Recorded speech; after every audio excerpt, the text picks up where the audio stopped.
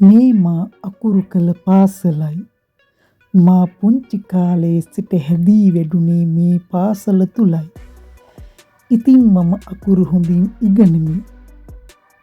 ඉතින් ඒ පාසල වෙනුවෙන් නැවත පෙරලා යමක් කිරීමට මට අවශ්‍ය වුණා.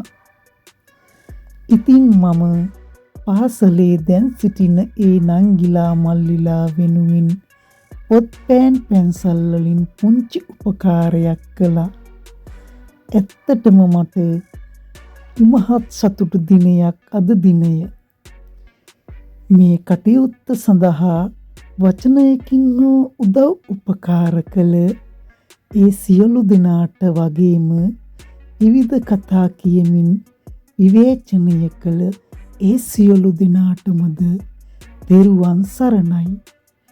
තව තවත් මේ වාගේ උතුම් පුණ්‍ය කටයුතු කිරීමට ශක්තිය ධෛර්යය ලැබේවා. සියලු දෙනාටම තෙරුවන් සරණයි.